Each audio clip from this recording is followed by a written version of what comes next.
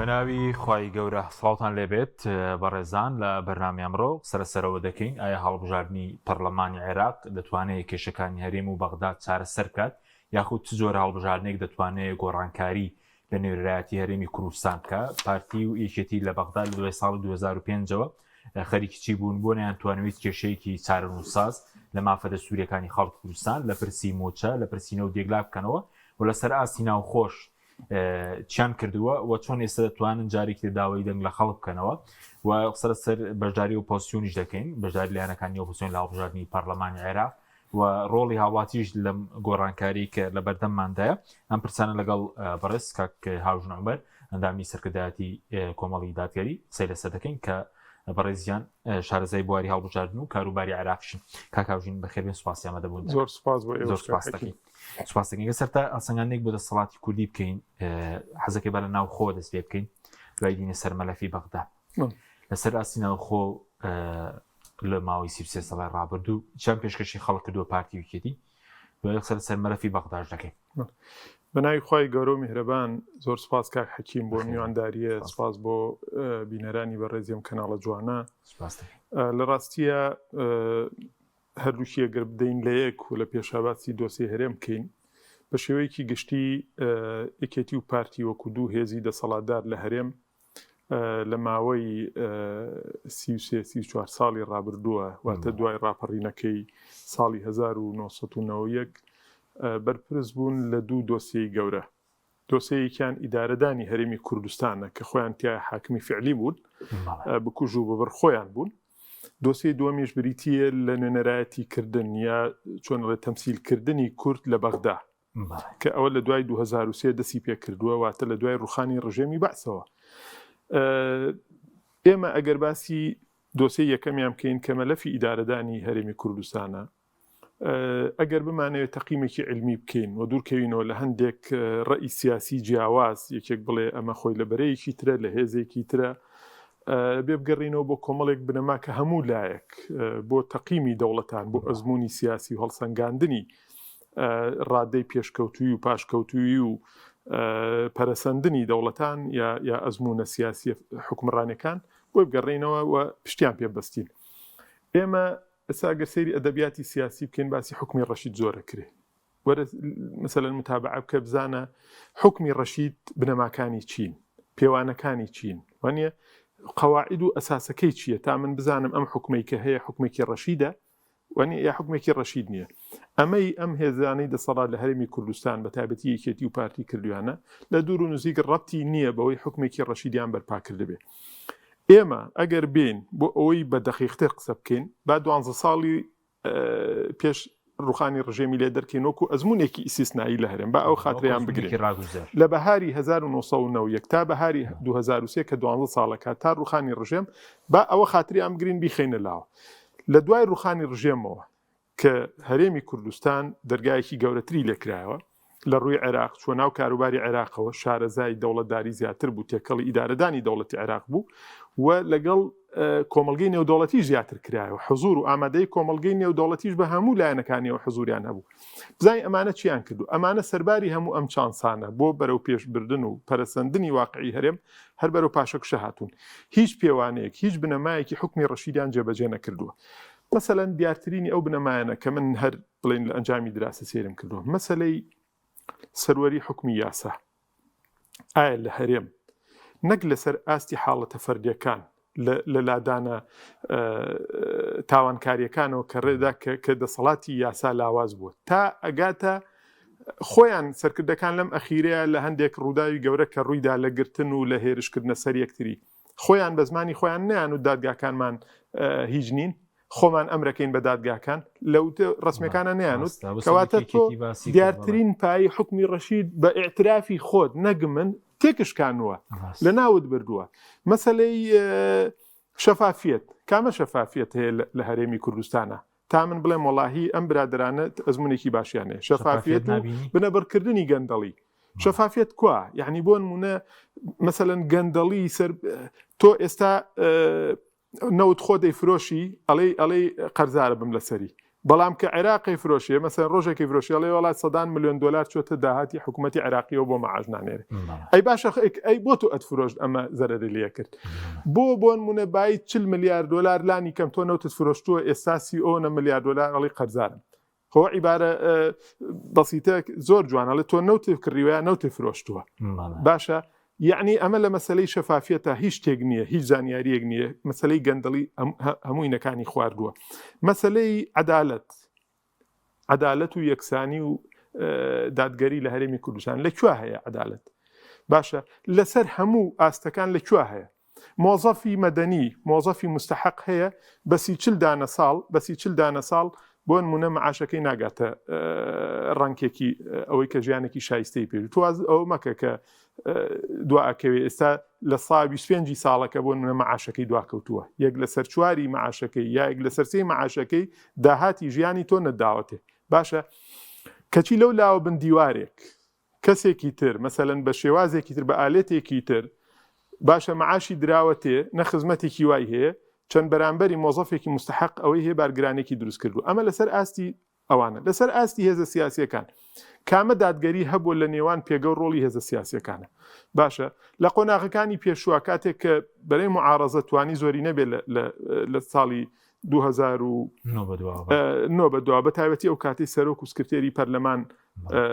لە بەرەی معارەزە بوون یاسایان دەرکرد یاسای بودجێ حیزبە سیاسیەکان کۆمەڵی پێوەری عادیلانەیان دانا بۆ ئەوەی هێزە سیاسیەکان بە ئەندازەی حزوری فعلیان بەهرەمەند بن سوودمەند بن لە واقعی هەرێمی کوردستان بە تایبەتی لە ڕووی میزانیەوە بۆ نەخرای بواری جێبەجێکردنەوە کاک حەکیم گیان بۆ یاسای سندوقی داهاتی سامانە سروشتیەکان و ئانیان ئەوە کرد بۆچی لەبار برا بەڵێ بۆچی لەبار برا ئەمانە بۆیە لەسەر هەموو ئاستەکان تۆ بنەمایەکی تر پایەکی تر لە دەستدا ئەوش بریتە لە دادگەری لەسەر ئاستی وەکوتمان شەخص تا ئەگاتە ئاستی موسسات و سیاسی هەموو ئەم شتانە ئەم کۆمەڵەی من و بەڕێزت چەندێک شەهیدی هەیە چەندێک خەباتی چەندێک دەنگی ئینتیخابی هەیە باشە چەندێک ڕۆڵی هەبوو لە بنیانانی ئەم وڵاتەیە لە جوانکردنی سومعی کورد لە بوونی بە پایەیەکی باش لە پرۆسەی سیاسی هەرێمی کوردستانە بەقەدەر هێزێک کە دەستکەلایە یا دوکانی سیاسیە بۆ نمونە مستەفید نەبووە لە بەرئەنجامی حکوومەتی کوردی باشە هەر بۆ نمونە ساڵانێکی زۆرە ئەم هێزەی من و تۆ باشە بەس لەبەر ئەوەی داکۆشی لە مافی خەڵکەکانی ئەمر بالقەبزی بۆ دەرەکرێ خەڵکی شەهید دەکرێ خەڵکی خرێتە زیندانەکانەوە باشە بێبەشەکرێ یەک ڕووکچمان نییە ساڵانێکی زۆرە توانی بێتی بۆ نمونە لە دەستگایەکی ئەم دەوڵەتەیە تەعین بێ مثلەن لە دەوڵەت مستەفید بێ سەدان و هەزاران گەنج و ڕۆڵەمان لەناو ئەم هێزە سیاسیە هەموو حەسارێکی سیاسی ئەمانە خراوە سەر بەڵام هێزی تر هەیە خروقاتەکە بەبەرچاوی تۆ ئیستعرازی عەسکەریەکە وجودی نییە نە لە پەرلەمان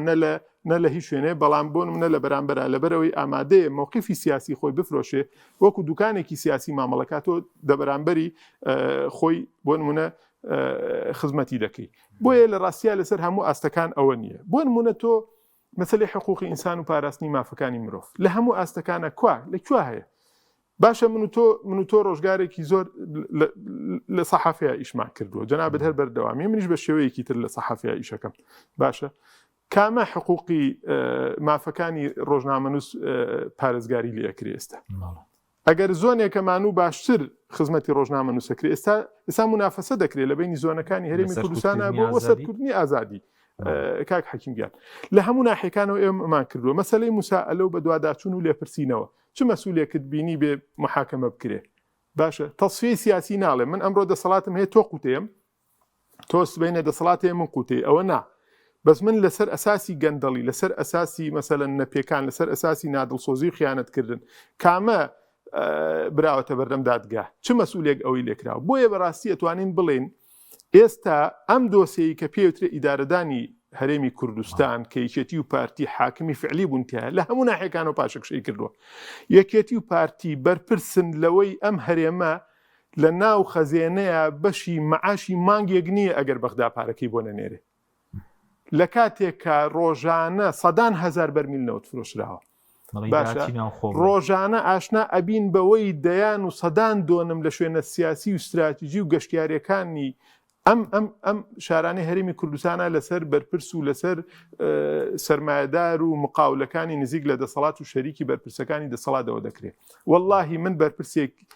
یەکێک لە سەرمایەدارەکان قسەم لەگەڵا کرد. باسی ئەرزەیەکی کرد کە دراوە بە سەرمایەدارێک بای ملیارێک و 300 ملیۆن دۆلارە بە مەتر و ملیارێک دۆلار باشە موچەخۆران ملیارێک دۆلار نیە. بەڵێ یعنی تۆ وەرە سەیری کە کاک حەکیمگیان ئەمە قەزێکەیە. یعنی چیان کردووە ئەم هەرێمی کوردستانە بەشی معاشێک پارەی نییە. باشە ئەم هەرێمی کوردستانە خوای گەورە پاراستوێتی بە ڕەحمی خۆی لە کارەساتی سروشتی. ئەگەر ئێمە وەکو هەندێک وڵات وەکو هەندێک وڵاتی ڕۆژهەڵاتی ئاسیا وەکو هەندێک وڵاتی ئەمریکای لاتینی یا ئەمریکا تووشی کارەساتێکی سروشتی بین، تووشی زریانە بین، تووشی لافاوێ بین، تووشی شتێک بین، ئەمان ئامادەکاریان نییە بۆ لافاوێکی ناوەخت. چجا ئەوەی کە مەسەلەن بێخوا نەخواستە شتێکی گەورەتر بێ بۆیە کە ئەمان حیزبیان زۆر دەوڵەمەند نەکردو ئێستا بەڵێ ڕۆژهەڵاتی ناوەڕاستدا حیزبی گەورەی لە زمانی پارتی ویکێتی یاخۆت بنەما ئەوەی ئەگوزارێ بە یەک معادلێ شەڕەکە 10 ساڵیشە 15 ساڵیشە معارەزە لەسەر ڕاستکردنەوەی یەک هاوکێشەیکە کە ئەمە دەسەڵاتدارەکان زۆر شەڕیانەکرد لە پێناوی ئەوەی ئەو معادلەیە ڕاز نەکرێتە ئەو هاوکێشەیە. بەڕێککەوتنی بەغدا و هەرێم تاکی هەرێمی کوردستان ئەوەیە کرد ئیسفادەیە کرد. بە تێکچوونی بارودۆخی نێوان هەرێمی کوردستان و عێراق کۆمەڵێک گروپی حکومڕانی بنەماڵەیی و دەسەڵاتدار لە هەرێمی کوردستان ئەویانە کرد. هەموو شەڕی هێزەکانی معارەزە بە تایبەتی کۆمەڵ لە ڕێی نوێنەرەکانیەوە لە پەرلەمانی کوردستان لە دام و دەستگاکانی کوردستان لە پەرلەمانی عێراق لە دام و دەستگاکانی عێراق بۆ ئەوە بوو ئەم معادلەیە ڕاستکەینەوە ئەم هاوکێشەیە. باشە تا ئێستا ئەمان ئەویان نەکردووە بۆیە سەیری کە هەموو شتەکان لە هەرێمی کوردستان پێچوانێ حیزب لە حکوومەت دەوڵەمەندترە لە ناو حیزبی شاگروپێک هەیە هەموو شتێکی بەدەسە کە ئەمەش خۆ یەکێکە لە پێچەوانەکانی حکومی ڕەشید. شەراکەت نییە، شەراکەت یەکسانی نییە، بەشداری نییە، واتە تۆ ڕۆڵت نییە، تۆ بەشی خۆتشت نەڕۆڵت هەیە نەمافت هەیە نە حقوقت هەیە نە ئەرکت هەیە. باشە ئێستا جارە نێمە ئەمان و 50/50 یا بۆ نمونە کێتیەوە پارتی ئێستا ئەمانە ژۆک و پارەی کاژورد بوونەتەوە. مەسەلەن ئەم گروپە لەناو ئەم حیزبەیە باڵا دەسترە گروپەکەی تر قوتەیە ئەم لەناو حیزبێکی تری دەسەڵاتە گروپێکی تر ئەوەکە بۆیە لە ڕاستی ئاوای لێ هاتووە شەعبێکی برسی گەلێکی برسی میلەتێکی ستەم لێکراو لە بەرامبەر تەبەقەیەکی زۆر کەم چون بە ئاسمانە سەرمایەدارن و مافیان و هێزیان هەیە و پارەیان هەیە و سەرۆتیان هەیە دەسەڵاتیان بەسەر هەموو جونگەکانە کردووە. ئێستا هەرێمی کوردستان وەکو بێستانێکی لە بێستان و ئەوەی کاڵێکی تیاها جاریە بەرەڵای ئەکەن خەڵکەجێت ناوی بەڕاستی هیچ مەرجعێتێکی تیان نەماوە هیچ شتێک نەماوە چونکە تۆ دەوڵەتێکت نییە کۆمەڵێ مؤسساتی سیادی کۆمەڵێ یاسا کۆمەڵێ بەندی دەستوری تیای حکومکە خەڵکانێکت هەیە لە بەرامبەرە هەم حاکمتن هەم کولفی کولن خۆیان هەم حەکەمن هەم خەسمن چی ئەکەن بەدڵی خۆیان ئەیکەن یعنی شتێک نییە بەرز گەندەڵکاری سەدادگای هەیە هەموو شتێکی هەیە هەموو شتێکی هەیە بەڵێ هەموو شتێکی هەیە مەسەلەن تۆ ئیعلامی نیشتیمانیت نییە ئیعلامی حیزب لە هەموو ئیعلامەکان بەقوترە باشە بانکی ئەهلیت هەیە بانکی نیشتیمانیت نییە باشە هێزی نیزامیت بەناو هەیە هێزی حیزب هەیە باشە تا ئێستا لە پاڵ کۆمەڵی لیوای هاوبەشە کە ئەمریکا معاشی بۆ ئەنێرێ هێزەکانی 70 هێزەکانی 80 هەیە هێزی تر هەیە لەولاوە لە نزیک 6,000 بەناو یەکیان گرتوێتەوە لە ناو وەزارەتی پێشمەرگە کۆی هێزە چەکدارەکانی هەرێم سیاسەت بەڵێ بەینەهما بەرزەخ لای بغیان بەناو یەکیان گرتوێتەوە باشە تۆ هەموو شتەکانی حیزب لەم وڵاتەیە دایک حیزبە لەمەی ئێمە حکوومەت نییە دەوڵەتیشمانەوە هیچ نییە بۆیە بەڕاستی شتێکە هەم بەبێ میعیار بەبێ پێوانە بەبێ مەرجعیت بەبێ هیچ فلتەر و دیسپلینێک ئیدارەی ئەم وڵاتە ئەدرێ بۆ مؤسساتیش نەماوە بۆچینی بەڕێی من بە تایبەتی لەم 12 ساڵی داهاتووە بە تایبەتی لە ئەنجامی مەسەلەن بەهێزبوونی معارەزە و گەشتنی بە پەرلەمان وانە ئیتر ئەمەنەی تر ئەمان وەزعەکان خراپ کرد هیچ نوزەیەکیان نەهێشت یعنی ئێستا منافەسەی هێزەکانی دەسەڵات لەسەر کەمکردنەوەی دەواازەکانی ئازادی ڕادەربڕینە ممارەسەی سیاسیە منافەسەی دەست بە سەراگرتنی مڵک و ماڵە چۆن پشکی زیابەرن چۆن ئەو لە ڕقی ئەو کەناڵێک بکاتەوە چۆن ئەم تەسفیە ئەو کا چۆن ئەوە بکە تەنانە دوای لێ هاتووە کە هێزەکان لە ناو خۆشیان ئاخەریکە بەشێکیان بەشێکی تر قوبوڵ ناکات تۆ جاران مەسەلەن دوو گیرفان هەبوو داهاتی گشتێ چوو بۆ دوو گیرفان دوو کەسایەتی هەبوو مەسەلەن دوو ڕەمز هەبوو دوو شت هەبوو ئێستا کە تۆ باسی حیزبێکی دەسەڵاتەکەی بێ باسی کۆمەڵی ژوونگەهایە بیکەی کۆمەڵێ مەسەلەن برا لە برا ئەخوێنێ ئامۆزا لە ئامۆزا ئەخوێنێ ئەو منافەسەی ئەوەکە ئەو منافەسەی ئەوکە بۆیە بەڕاستی لە هەموو ناحیەکانەوە پاشەکشەیان کردو ئێستا حیزب دەچی لە بینەقاقای نەک حکوومەت ناوە لە بینەقاقای کۆمەڵگە و مؤسسات ناوە ئێمە بەڕاستی ئەگەر بین دراسەیەکی علمی بکەین ئەتوانین ئەم دەسەڵاتی هەرێمی کوردستان بە تایبەتی یەکێتی و پارتی کە دەسەڵاتداری کولفی کولی هەرێمی کوردستان بوون یعنی سفریش ناهێن لە ئەو تەقیمەی کە ئەکرێ ئەگەر کۆمەڵێ باحیسی بابەتی مەوزوعی بێلایەن بێنی دراسی ئەم ئەزمونە بکەن بەڕێزان با ئێمە نەخێر کاک حەکیمگیان من دائیمەن لەگەڵ قسەی گۆترەکاری نیم بەسەراحەت من حەزم بۆ دراساتی علمی ئەکادیمی بێلایەن هەیە یعنی ئێستا ڕۆژێک مناقەشەمانە کرد ئێستا وای لیا تۆ جیهان تۆ بۆ نمونە تقریری ئینت هەیە کە ئومەی متحیدە سەرپەرشتێکا ساڵانە لەسەر بەختەوەرترین دەوڵەتەکانی جیهان یخۆ بەختەوەرین لە ئەساسا شتێکی نابەرجەستەیە شتێکی معنەویە ئێتۆ بتوانی مەعایرت هەبێ بۆ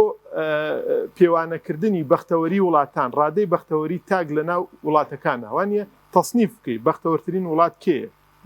نابەختەوەرترین وڵات کێیە لە تەسەلسولەکەیە لە ڕیزبەندێکە چۆن ناتوانانی ئەزمموی ئیدارەدان ئەوە بکەیت لە عالەمە ئەم شتانە یەکلا بوونەتەوە دەیان ساڵە بەڕێزان بۆیە بەڕاستی من حەزەکەم بۆ تەقیمیم ئەزمونە لە گۆترەکاری دەرکی کاکە گیان تۆ ساڵێک و ئەوان یەک ساڵی ڕێکە ئینتیخاباتت کردووە بۆ حکوومەتی بۆ پەرلەمانت هێشتا کاران نەکردو واز لە حکوومەت بێنە دو ساڵ شتێکی بەسەرا ڕۆشتووە ئەگەر ئەو کاتێک کە دادگای فیدراڵی بۆ نمونە تەمەنی پەرلەمانی بەناشەرعی لە قەڵەمدا و هەڵی وەشانەوە ئەگەر ئەوشی بخەیتە سەر کار لە بەڕێکردنا نەماوە بڵێ حکوومەتی کار بەڕێکە یعنی بۆ نمونە تۆ لەوەی ئافەش ئێستا شانازی ئەەکەی بەوەی ئەگەر مەسەلەن من ڕازی نەبم حکوومەت تەشکیل نابێ یعنی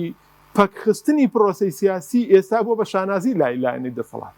یعنی ئەگەر معارەزە بیکردایە ئەیو کاکە وەڵام من ئەمە شتێکی درە من معارەزەم دیدێکی مەسەلەن ئەوم هەیە کە ئەم حکوومەتە فەشەل بێنە معقولە ئێستا پێش ئەوەی من و تۆ لەم بەرنامەیە قسە بکەین سەرکردەی سیاسی هەیە پێی وایە ئەگەر ئەو ئۆکەی نەدا حکوومەت تەشکیل نابێ واتە ئەمە بوو بە ئینجاز نەخێر یعنی بۆ نمونە سەیرەکەی ئێمە لە ناو دۆخێکە ئەژین ڕۆژ بە ڕۆژ بەر و پاشەکشە ئەڕۆین ئێمە من حەزەکەم تاکی هاوڵاتی ئەمە بزانێ ئەم قسەیە لە هاوژین وەربگرێت بیکە بە مەبدە لای خۆت بۆ ئەوەی بزانسا تۆ لە کوایی لە هەموو دۆخێکتا لەسەر ئاستی شخصی لەسەر ئاستی وڵات لەسەر ئاستی حکوومەت لەسەر ئاستی هەموو سێکتەرەکان مقارنەی کە بە قۆناغی ڕابردووت هەرێمی کوردستان بۆی بزانی لە کوای معادلەکەی مقارنەی کە بە 15 ساڵی ڕابردوو 15 ساڵی پێش ئێستا تۆکو نیمچە دەوڵەتێکی سەربەخۆوا بووی باشە ئێستا ئەمە چیمانمەوە ئێستا حکوومەت لە پێش ئێمەوە تاکەوە هاوارەکە بۆ عێراق پارەکەم بۆ نانێرێت یعنی وای لێ کردو ئەمانە کەسایەتی تاکی کورد کەسایەتی مەسەلەن سومعەی قەزەی کوردیشان لاواز کردووە لە ناوەند و لە بەختە یعنی بۆ دایم تەرکیزیان لای خۆیانە ئەمانە دیدێکی نیشتیمانیان نەبووە بۆ قەزەکان دیدێکی یعنی ڕوئەیەکی استراتیژیان نەبووە بۆ پێشخستنی واقعی هەرێمی کوردستان کاک حەکیمگیان بۆیە ئەمانە ئەتوانین بە هەموو مەعایرەکان خۆ لە سەحافەی دەولیە ئەگەرانی زمانەکە ئینترزان سەیریکەن ڕۆژانە تەقاری لەسەر پاشەکشی ئەمانە هەیە بۆیە بەڕاستی ئەمانە لە هەموو ناحیەکانەوە سقوطیان کردووە ئەمە ئیدارەدانێرم کە تابیانی قسەی لەسەر بکەی لەوانەیە تەواو نەبی بەڵام بەڕاستی دیارترین کەیس کە ئەمان تایە ساقیت بوون فەشەلیان هێنا درۆیان کرد لەگەڵ مەبادیئەکانی خۆیانە بریتە لە ئیدارەدانی هەرێمی کوردستان ئەنجاوەرە فەما بالوکەوە ئیدارەی بەغدا چکە لە دوای 2023ەوە ئەوان زۆرنی پۆستەکانیان لابووە لە فەرلەمان لە حکوومەت لە نوێ ویلایەتەکانی سول و باڵیۆزەکان و چیان کردووە بۆ خەڵکیان مەسەلەن تۆ کۆمەڵی شت هەبوو ئەو مەلەفانەی کە پەیوەندی بە بەغداوە هەبووە تۆزێک جابووە لە ئیدارەدانی هەرێمی کوردستان کاکە لە بەغدا تۆ مادەی 140 ناوچە دابڕاوەکانت هەبوو بەکوێ گەیشت ئێمە هیچ تریشمان لە دەستان نەگەوانەمان نێنایە لە دوای ریفراندۆمەوە بە بۆنەی هەڵەیەکی ئەوەی پێوترێ سەرکردایەتی سیاسی کورد و عینادی و ئینکاریەکیان بەشێکی زۆری ئەوەی کە خاکی ئەسڵی کوردستان بۆ تۆ لە دەستدا باشە من نازام لە سا 50 50 زیاترە کەمترە باشە چکە ڕێژەکە بەڕاستی ئەوترێت لە 50 چەنە من ئەو پێوانەیەم نەکردووە بەڵام زۆرینەی خاکی ڕەسەن و ئەسڵی هەرێمی کوردستانیان لە دەستدا باشە شتێکی تر هەبووە مەسەلەی پشک و ئیمتیازات کاکە ئەمانە هەرچی پشکەکان هەیە لەسەر خۆیان و کەسی خۆیان ئەویان کردووە یعنی بڕۆ ئێستا لە ناو کاندیدەکانی دەسەڵاتە سیرکە هەیە دوێنێ بووە بە سەفیر ئێستا ئەمڕۆ مڕەشەحە خۆشیەکانی تۆ مڕەشەحە بۆ پەرلەمانی عێراق هەفتەی پێش و 2 هەفتە پێش ئێستا بووە بە سەفیر باشە لەگەڵ ڕێزما خۆ ڕەنگە بە دیدێ و حیزب کەفاەتی هەبێ یا کەسێک بەڵام کاکە تۆ معقول نییە بۆ هەل لە ڕووی ئیمتیازاتەوە لە ڕووی مادۆ لە ڕووی پۆستەوە بڕۆ سەیری کە یەک بێک ئەو پۆستانە ناکە دیارن ئەو پۆستانەی کە لە سەفیر لە قونسوڵ لە نازانم چی کە دیار نین خەڵک نازانێت لە مدیر عام لە وەکیل وەزیر لە ناو وەزارەتەکانە لە ناو موسساتەکانی دەوڵەتە لە ناو جێیشە لە ناو سوپایە هەموو کەسی خۆیان بوون باشە ئەوانەیان کردووە مەسەلەی نەوت فرۆشتن یاسای نەوت و غاز مەسەلەی موچە مەسەلە داراییەکان کاکە ئەمان هیچ شتێکیان نەکردووە شتێک بێ بڵێ بە پێوانەی دەوڵەتداری کردویان لەگەڵ بەغدا کاکە بەغدا ئێمە دەزانین ئێمە لەوێ بووین گەندەڵی تێدای بەڵام محاسبەش هەیە باشە چەندین وەزیر هەبووە لە عەرەب و کورد و کێوکێ لەسەر گەندەڵی متمانەی لێسەنراوەتەوە باشە تۆ لێرە کێ ئەوە کرێ لێرە کابرا لێرە عقوبە مەسەلەن گەندەڵی لێ دەرەکەی لێ مکافئە کرێ شتێکی ترەکرێ یعنی پێوەەر نەماوە ئێستا بۆ نمونە تۆ لەم هەڵبژاردنانەیە پێوەەر لای دەسەڵات چییە بۆ کاندیدکردن من ئەمە لە زمانی خۆیانەوە ئەیڵە باشە ئەکابرا بۆ نمونە نایە لەسەر ئەساسی کەفاءە کەسێکدانێ هەیە هەر بۆ نمونە ئەچێ بۆ بەغدا هەر عەرەبی نازانێ شانازیەکە بۆی عەرەبی نازانێ باشە تۆ کورد دەڵێ چمە شاری کوێران دەست بە چاومەوە گرت تۆشی بۆ پەرلەمانێک زمانی ڕسمیتیایە زمانی یەکەمی ڕسمی عەرەبیە باشە بە عەرەبی ئەبێ قسەکەی مداخلەکەی ڕاستە تۆ کورد زمانێکی دەستوریە ئەوگرت بەڵام بە عەمەلی ئێستا نەکراوە تۆ کاکە وار لە پەرلەمان بە پێی دەستور متەرجمی کوردیان بۆ دانای تۆ عەرەبی قسە ناکەی باشە لە ڕووی علاقاتی سیاسی کاکە ئەچی ئەوەکەی خۆ فەرز نییە لەسەر میوانەکە تۆ کوردی ئەو کوردی نازانێت تۆ کوردی قسەی لەگەڵا بکەی یا متەرجیم بەریەوە پێوانەکانیان چیە کاکە ئەمە کوڕی فڵانە ڕێز عەشیرەتە بۆی دەنگی عەشیرەتەکە بەرێ ئەمە کوڕی فڵانە نازانم کێ گروپێکی لەگەڵا ئەمە سەر بە دەسەڵات و گروپی حاکمی ناو هینە بۆ کەسبکردنی ئەوە باشە ئەمانە پێوانەکانیانە بۆ بەغدا بۆیە مقدمەی غەڵەت نەتیجەی غەڵەت یابەتەوە بەڵام ئێمە بۆ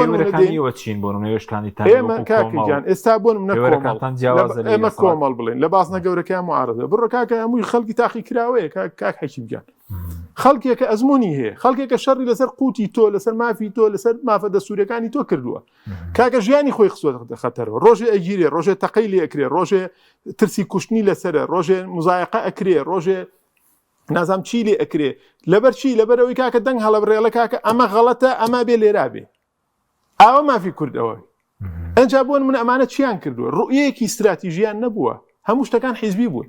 من 4 ساڵ لەوێ بووم باوەڕ و قەنەعەتە هەبێ وەفدماناتۆ دە بەغدا ئیشی کردووە مەسەلەی کەیسی گەنمی جوتیاران من خۆم لە وەفدەکەیا بوو نیمچە حەل کراوە کەشی دوایی لایەنێکی تر ئەزانێ بۆی نەبێ بە دەستکەوتی تۆ سێ ئەم ڕوئیایە بۆ ئیشکە باشەڵێ بۆ دەسڕێ قەیسەریە کە سووتێنێ یەت بۆمە لەبەی کەیسی مەسەلەن پارەی گەنمی جوتیاران لەسەر دەستی تۆ حل نەبێ چێ لەو لاوە تەدەخولێکەکە مارە تۆپیەکە خاتە بەردەم پرۆسەکە ئیتر ناڵێ ئەمە شەریحەیەکی گەورە لە هەرێمی کوردستان کۆمەڵی فەلاحی گەورە ساڵانێکی تر باجەکەی ئەدەن و پارەکەیان پێناگە ئەوە ئیش کراوە مەسەلەن ئەم هێزانەی دەسەڵات یەک ریزی کوردیان تێکشکان بەڕێزان یەک ریزی کوردیان تێکشکان معارەزەی ساختیان دروستکردن حەزەکەم دوای باسیەوە کەم یعنی لەسەر وەردەوەستین بەس باسی کۆمەڵێک مەلەفی ناوچەدابڕێنەکان و مادەی سەسوولەوانەی چی بۆ نەکراوە بۆ پەیوەست بە موچەش بۆچی یەکێتی پارتیانەوێت چارەسەرێکی بنەڕەتی بۆ بدۆزێت و ئێسێمە لە مانگی دەداین موچەی مانگی حەوت دراوە چارنووسی موچەکانی دیکە دیار نییە چارنووسیەوە دیار نیە چۆن داهات تەسلیم دەکەن کاک حەکیمگیان ئەڵێ مەسەلەن ڕاوچی ئەمانەوەکوڵە دەست بازاری شێواوی یەکێتی و پارتی و ئەعوانەکانیان و چۆنەڵێ ئەوانەی کە دەستباریان بۆ گرتوون لە هەتا جاری وای حیزبی تایە کە دەستباری بۆ یەکێتی و پارتی گرتو وەکو دوکانێکی سیاسی مامەڵەی لەگەڵ کردو و مستەفید بوون نەیانویستووە ئێمە کارەکانمان لەسەر ئەساسی یاسا و دیسپلین و زەوابیت بێ ئەو بۆ موچە ڕاستە بۆ هەموو سێکتەرەکان ڕاستە دەست بازاری شێواوی ئەوێ باشە ئەڵە ڕاوچی خراپ نازەم لە ئاوی لێڵا مەلائەکە باشە ئەم هێزانە کێیان ویست بێ یەکێتی و پارتی دەستگا ئەمنیەکانیان خۆ من بۆ هەموو یعنی ڕێچکەیەکی ئاشکراکردنی تاوانکار و تاوانبار و تلیاکێش و نازانم چی دەستخۆشییان لێ یەکەم و سەرمان پیانۆ بەرزە بەڵام هەر کەیسێک خۆیان ویست بێتیان کەشفیکەن لە تاوان لە کوشتن 24 ساعتی بەسەر ڕۆیشتۆ نەڕۆیشتۆ ئاشکرایان کردو هەر شتێک خۆیان ویست بێتیان بەڵام بۆ ناتوانێت کەیسی کوشتنی ڕۆژنامەنووسێ دوای 10 ساڵ 15 ساڵ ئاشکراکە لە بروی مەبەستی نییە واتە نایەوێ عەدالەتەکە نایەوێ شتەکە بە ڕەسمی هەبێ بۆ نمونە ئەم بەندە بەسەر هەموو کەسێکا ئەوە بۆ کێشەی موچەش ڕاستەکە 10 ساڵە بەردەوامە 10 ساڵ نایەوێت چارەسەر بێت لە شەوێکی ئینتیخاباتە باعث دەیان ملیۆن دۆلار شت دەتوانێت هەڵواس پرۆژەیەک لە ماوەیەکی پرۆژەیەکی ئەهلی جابیناسازیە هەر شتێکە کەم بەبەستێتی لە ماوەی چەند ڕۆژێکا تاوەکەن بەڵام جاری وای بە مانگە ناتوان لیستی ڕاستکەنەوە لیستێک ئەمە بەبەستیان نییە بەڕێزان قسەیەکی غەڵەت هەیە کە ئەکرێ ئەڵێ وەڵا ئەم حکوومەتە دوای 30 ساڵ هێشتا هەر هاوکو ساوە مناڵی ساوە نەخێر مناڵی ساونەوەیە تۆ شتێکە نەیزانی گەورە نەبی کاکە ئەمان لە عیلم و شارەزایی و لێزانیەوە ئەواکەن گەندەڵیەکە بڵێ لە کامڵیانەوە واکەن نەگەوەی مناڵێکی ساوا بێ 30 ساڵ بێ فێر نەبوو بێ ئەمە معادلەی ئەمە قسەی مەقولەیەکی غەڵەتە ئەمانە لە زانینەوە ئەکەن لە زانینەوە نایانەوێ حکومەتی هەرێم و بەغداد ڕێکەوێ لە زانینەوە نایانەوێ تۆ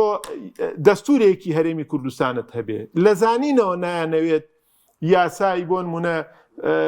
سندوقی داهاتی سامانە سروشتیەکان بۆ هاوڵاتیان کارا بێ لەوە نایانەوێت مەسەلەن تەصفیری کێشەکانیان کەن لەگەڵ بەغایە بە عیلم و معریفە نایانەوێت چونکە ئەگەرەوە بکەن ئەو معادلەی پێشتر من عەرزم کردی معادلەکە ڕاست بێتەوە بەرژەوەندی خەڵکە زەرەری گروپە مافیایی و دەسەڵاتدارەکانی هەرێمی کوردستان بەسکەکەویستە چۆن ئەو ینی ئەگەر نوێنەتی هەرێم لە بەغدا کەم جارێم لە بەردەم هەڵبژاری پەرلەمانی عێراقی گۆڕانکاری بەسەردا بێت ینی پارتیوکێتی زا بدرێن دەرفەتێ بۆ چارەسەرکردنی کێشەی موچە نەوت سوتەمەنیە کێشێک ئەو کێشانێکی ئێستا خەڵکی کوردستان پێوەی گیرۆ دێ دەرفەت هەیە حتا دەسەڵاتی کوردی ئەم گروپە لاواز بن لە بەغدا بەڕاستی کێشەی کورد بەرەو چارەسەریەڕە یعنی من حەزەکەم دوایش باسی کەم یعنی ئێستا هیوایڵە کاکەەوە معارەزە پاشەکشەی کردووە باشە کاکە ئەسباب هەیە کە تۆ مەسەلەن ئاوا لێکراوە زۆربەی ئەسبابەکان پەیوەندی بە خودی خۆت و توانای خۆتەوە نییە بەڵێ وەکوچی با بۆمان باسکە کاک حەکیمگیان تا دەورەی چواریش لە پەرلەمانی عێراق تۆ گروپی 15 هەبووە 15 کەسی یەکیت هەبووە گروپی معارەزە کە لە هێزەکانی معارەزە ئەوە بۆ ئیشیان کردووە چەند ئیشکرا کاکە زۆر شت هەیە ئێستا تۆ بەرهەمەکەی هینەکەی یەکێتی و پارتی بە ناچاری چون کردویانە ئەوان ئەساسەکەیان داناوە باشە لە 2000 ئەو 1990 بە دواوە بە تایبەتی لە دەورەی ئەم پێنجەیە مەسەلەن کۆمەڵێ خەتەوات کرا لە ڕێی یاسا گۆڕینەوە مەسەلەنها دەستکاری یاساکرا کۆمەڵێ بەڵێ چونکە واقعەکە لە ڕووی نظامی سیاسیشەوە بەردەست کرایەوە لە بەردەم هێزەکانی معارەزەی ساختە دروست کرا دەستکاری وەعی خەڵک کرا خەڵکی ساختیان بۆ هێنای خسیانە شوێنی معارەزەکە لەوەیە سەرکەوتوو بوون شوێنی معارەزە ئەسڵێکە واقعەکە قەڵب کرایەوە ئەنجینا باەکشت پێ بڵێم تۆ هەروەرە کابینەی بڵێن خولی چوارەمی پەرلەمانی عێراق تا 2021 بەردەوام بوو باشە گروپی 15 هەبوو معارەزە ئێتەوە دەورەکانی تر ئەو کە زۆر شتەیە کاکە من یەک شت پێ دەڵێم لە 2000 تا دێم وابێ 2007 بوو یا دواتر یا حەفە بوو وەڵاهی ساڵەکەم بیر نییە کاکە لێرە هەزاران و دەیان هەزار جنسیە دەرکرا بۆچی بۆ تەزویر بۆ ئینتیخابات وایە ئێمە من خۆم مەسئولی مەکتەبی هەڵبژاردن گروپەکانمانە چون ڕسمیانە لەسەر هینەکان ئەوەنەش بە حیکمەتەوە نەیانە سووتانها تا کەشف نەبێ ڕۆژێ دوو ڕۆژ دوای ئینتیخابات دەچووی لە زبڵدانەکانیان لە شوێنێکا دەیان هەزار جنسیە کەوتبوون بۆ زەید و عەمرێک دروست کرابوون بۆی بێن ئەوە بکەن ئێزەختی پەرلەمانتارانی معارەزە لە بەغاوای کرد ئەو دەسەڵاتیان لێ سەندایەوە ئەو دەسیان بڕاکە بێن بۆ نمونە کابرایکی ئێرانی کابرایکی سووری کابرایکی کوێ بێنن کوردێکی تورکیا بێنن جنسیەکی عێراقی تەزویری بۆ بکەن بێ بچێ نایبچێتە ناو لیستی تۆماری دەنگدەرانە بچێت دەنگی پێ باشە مەسەلەی ئەمەی کە ئێستا ئەمانێکن بە ناچاری ڕادەستکردنەوە چەند ساڵە ئەوانەی بە ناچاری ئەکرێ ئەنجینامان نایانێ ئەو بکەن ئەمەش نیشانەی ئەوەیە کە خۆری ئەمان خەریکە لە سایەی ئەگەر ئێمە وەکو معارەزە نەمانتوانی بێ خۆمان ئەو سنوورانیان بۆ دانین کاک حەکیمگیان بەڵام تۆ دەوڵەتێک هەیە ئێستا هاتوۆتە سەر خدناوی دەوڵەتی عێراق دەوڵەتی عێراق لە داڕشتنەوەی خۆیەتی لە تونکردنی پایەکانی خۆیەتی ڕاستە دایان مشکیلە من پێزانم ڕەنگە ئەو هاوڵاتی ڕخنە لەم نەگری ئەو نەیزانێ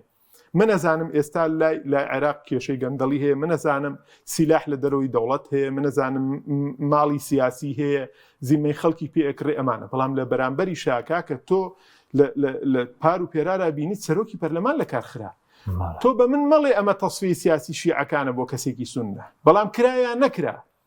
وەزیری سوننە و شیعە و کورد دەرنەکراون لە پەرلەمانی عێراق لە سەرگەندەڵی متمانیان لێ نەسەندراوەتەوە کاکە من لە بەغدا داوامانەکە لەولامانەوە سجن هەبووە سجنی خواردەم ساڵحیان پێ و محافظی تیا سجن بوو قایدی قۆی جەوی تیا سجن بوو مەسوولی باڵای تیا سجن بوو کاکە ئەوانە هەیە تۆ ئێستا ئەمانش نییە دەوڵەتی عێراق کە پایەکانی بەهێزە بێ ئەمانیش ڕۆژ بە ڕۆژ پاشەکشاکەن بە تەئکید ئەمە ڕنگدانەوەی ئەبێ بۆ سەر ئەمان لە تەراجوعان چونکە بۆ حەقانیەتیان زۆر نییە بۆ نمونە ئەو داوای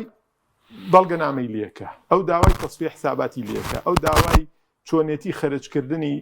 شتەکان بەپی یاسا ئەوە لێکە تۆی مەسەلەن لیستێکە نێری هەمووی ناتەواویە باشە بەرەبەرە منتیقیە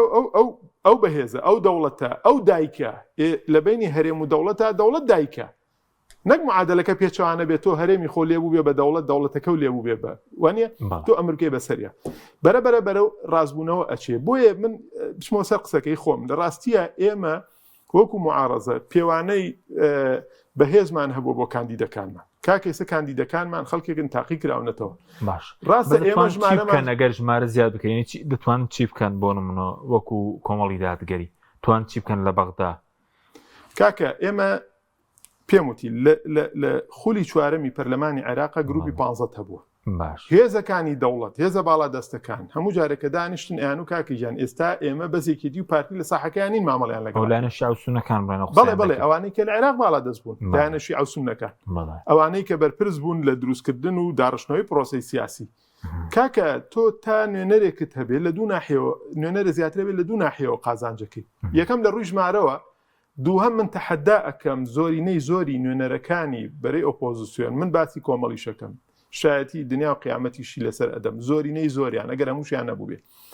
زیاد لە ئەندازەی خۆیان دەوریان هەبووە واتە لە ڕووی ژمارە و لە ڕووی چەندێتی و چۆنێتیەوە وانە ڕۆڵەکان ئەوە دەبن کاکە تۆ نیەتت نەبێ گەندەڵ نیەت وابێ گەندەڵ نەبی نیەت وابێ خزمەتکەی نیەت وابێ نیشتیمان پەروەربی مەسەلەن توانا و لێهاتوویت هەبێ ئێمە بنەماکان ئێمە ئیشمان پێکردووە نیشتیمان پەروەری نەزاهەت و پاک و بێگەردی مەسەلەن کێمان ئێمە بە گەندەڵی گیراوە لە بەغدا لە ناو دەوڵەتە کێ مەلەفێکی لە ئیسلامیەکان بەسەرا ساق بۆتەوە باوەکو کۆمەڵیش باسکەین بە تایبەتی کێمان دەرکراوە لە مەسەلەن لە سیاقێکی حکومی و پەرلەمانیا لەسەر گەندەڵی وانە نەبووە کەواتە ئەمە نەزاهەتە تۆ هەتە کەفاءەت کاکە ئێستا ئەمەم کاندیدانەی خۆمان تاقی کراونەتەوە یا تاقی نەکراونەوە زۆربیان تاقی کراونەتەوە کاکە بەشێکی زۆری معارەزەش بایمە هەر لێرە نەڵین کۆمەڵ باشە ئەمانە بڕۆن خزمەتی گەورە دەکەن